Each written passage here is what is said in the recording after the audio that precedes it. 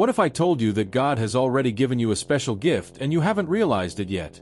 Yes, maybe you've lived your life without recognizing the unique ability He has placed within you. But believe me, what God has given you is not by chance. There is a greater purpose waiting to be fulfilled through your life. We've all asked ourselves at some point, do I have a calling? Did God really put something special in me? If these questions have crossed your mind, then this video is for you. Today, we're going to reveal the 5 clear signs that show that God has given you a special gift and that He wants you to use it for His glory. But before we get straight to the signs, we need to understand something very important. Many people live without realizing their own gifts because they look at themselves with natural eyes, not spiritual ones. They compare themselves to others, think they're not good enough, or simply don't know how to identify what God has already planted within them. The Bible teaches us that God created us with a specific purpose. In Ephesians 2 verse 10, it says, "For we are God's handiwork, created in Christ Jesus to do good works, which God prepared in advance for us to do."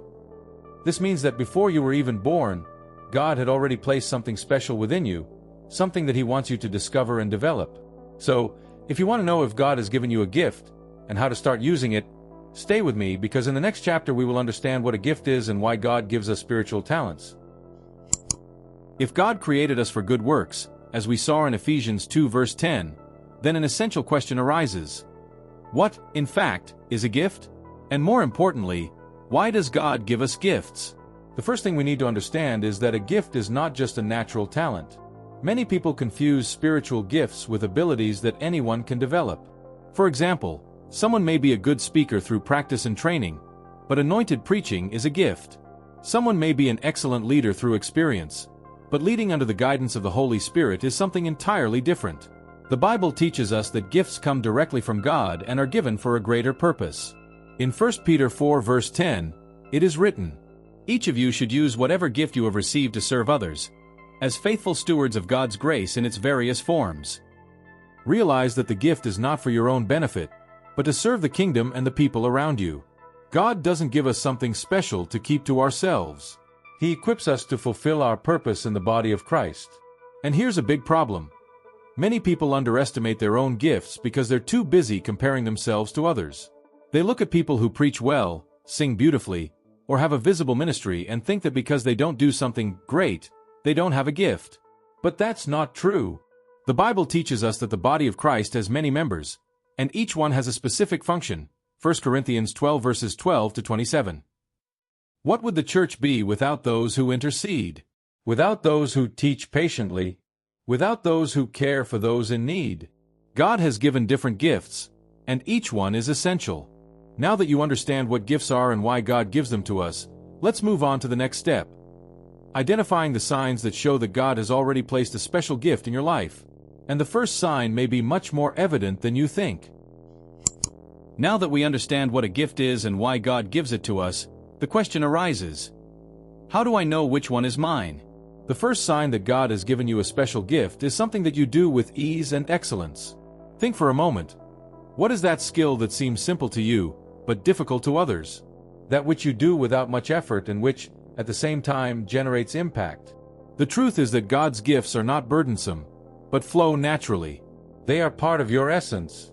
It does not mean that you will never need to develop them, but the starting point is already within you. A great biblical example of this is Bezalel, a man mentioned in the book of Exodus. God filled him with the Holy Spirit and gave him artistic ability to build and sculpt, Exodus 31 verses 2 to 5. You see, Bezalel was not a prophet, priest or king. He was a craftsman.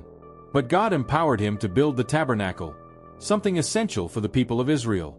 This proves that God's gifts are not limited to the pulpit, worship, or teaching. Your gift may be in unexpected areas, but if it comes from God, it has a powerful purpose. Maybe you have an extraordinary ability to counsel people, understand the Bible, lead, organize events, or even work creatively.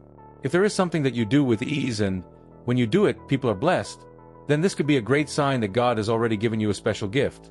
Now, pay attention to this. Just because something comes easily to you, does not mean that it does not need to be perfected. God gives us potential gifts, but it is up to us to develop them and use them for His glory. So, take a moment and reflect. What do you do naturally that can be a tool for the kingdom of God? If this first sign has already awakened something in you, wait until you see the next one. The second sign that reveals a special gift from God may be hidden in something you haven't yet noticed. If the first sign of a special gift is something you do with ease and excellence, the second sign is the recognition of others. Pay attention. Many times, others see our gifts before we do. Have you ever noticed that some people constantly praise you for something you do? Be it at work, at church, among friends, or even in your family. You may think it's nothing special, but if several people say the same thing, it could be a sign from God. Consider the case of David.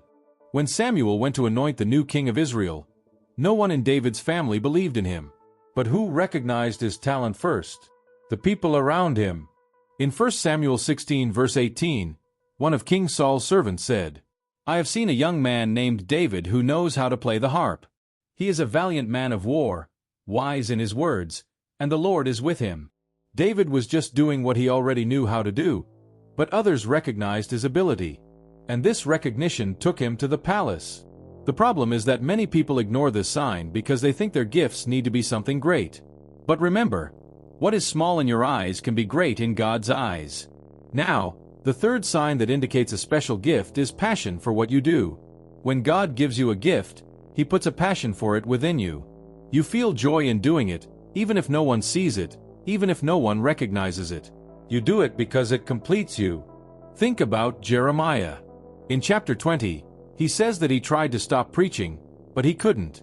"If I say, 'I will not mention your word or speak any more in your name,' your fire burns in my heart, a fire within me. I am exhausted trying to hold it in. I can't hold it in any longer." Jeremiah 20 verse 9. This inner flame is one of the greatest signs that your gift comes from God. It doesn't matter if you receive applause or criticism, if there are opportunities or difficulties. You continue because what God has placed within you cannot be erased. Now, think. Have the people around you recognize something special in you? Do you feel passionate about something specific within the kingdom of God? If so, then you are closer to discovering your calling. And in the next chapter, we will talk about a sign that many ignore, but that can be the key to understanding God's purpose in your life. If the previous signs have already brought clarity about the gifts that God has given you, this fourth sign may be the definitive confirmation. Your gift impacts the lives of others. You see, God does not give us gifts just to benefit us, but to serve others. Spiritual and natural gifts always come with a purpose: to edify, transform, and bless lives. Jesus said in Matthew 5 verse 16, "Let your light so shine before men, that they may see your good works and glorify your Father in heaven." Your gift is not just a personal skill, it is a tool from God to reach people. Think about the disciples. None of them had a gift for themselves. Peter did not preach to feel proud. Paul did not write letters to receive recognition. They did it because their actions impacted lives. Now, think about yourself. When you do something, are people touched? Has anyone ever told you that your words, your work, or your actions have made a difference in their life? Do you feel that God uses you to transform situations around you? So, this is a clear sign that what you have came from God. And be careful. Do not underestimate small impacts. Sometimes, a simple piece of advice, a prayer, or even a smile can change someone's day. You may not think you are doing anything great, but God uses even the simplest gestures to touch hearts. Moses thought he had no gift at all.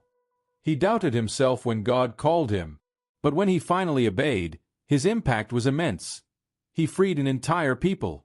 If God is using your life to edify others, do not ignore it. This is a great sign that you have a special gift. Now, let's move on to the last sign, which is perhaps the most challenging of all.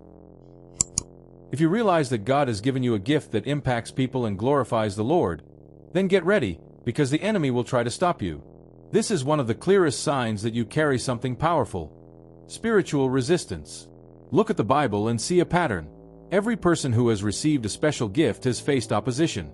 Joseph had dreams given to him by God, but he was sold into slavery. Moses was called to free Israel, but he almost died as a baby. David was anointed king, but he faced years of persecution. Jesus came to save humanity and was tempted in the desert before beginning his ministry. If there is a calling on your life, there will be a battle. The enemy does not waste time with those who do not threaten his plans. If you have a gift from God, He will try to make you give up. And how does He do this? Doubt and fear. He whispers lies like, "You are not good enough," or "No one cares about what you do." Discouragement. You feel like you have no strength, that it is not worth continuing. Attacks and difficulties. Unexpected problems, conflicts, doors that seem to close. Paul warns us in Ephesians 6 verse 12. "For our struggle is not against flesh and blood, but against the rulers, against the authorities, against the powers of this dark world." The enemy cannot take away the gift that God has given you, but he can try to make you bury it. Jesus told the parable of the talents, Matthew 25 verses 14 to 30, where one of the servants, out of fear, hid the talent he had received. In the end, he was rebuked. God does not want you to hide what He has given you. So, if you are facing resistance, do not give up. This can be the greatest confirmation that God has something powerful to do through your life. And now, we come to the conclusion of this message. Now that you know the 5 signs that God has given you a special gift, the big question is, what are you going to do with it? You can simply ignore this message and go on with your life as if nothing had happened. Or you can decide to act now and develop the gift that God has entrusted to you. The Bible tells us in 1 Peter 4 verse 10, "Each of you should use whatever gift you have received to serve others, as faithful stewards of God's grace in its various forms." In other words, if God has given you a gift, He expects you to use it. So, here are 3 practical steps to take now. 1. Recognize and accept your gift. Perhaps, throughout this message, you have noticed some areas of your life where God has already worked. Now is the time to accept that. Stop comparing yourself to others. The gift that God has given you is unique and necessary. 2. Develop and perfect. No gift is born ready. Even God's greatest servants needed to grow in their abilities. David had talent, but he trained for years before he became king. Paul had a calling, but he studied the Word deeply before beginning his ministry. What can you do today to develop your gift? Read, study, practice, pray more. Get involved in God's work. Do something. Don't let your gift lie buried. 3. Use your gift to glorify God. Remember, your gift is not for you, it is for the kingdom. If God has given you the gift of speech, speak. If God has given you the gift of intercession, pray. If God has given you the gift of teaching, teach. If God has given you the gift of creativity, create. Put your gift at God's service and see how He will open paths and multiply what He has already placed in your hands. So now I ask you, will you bury your gift or will you use it for the glory of God? The decision is in your hands. May God bless you and strengthen you on this journey.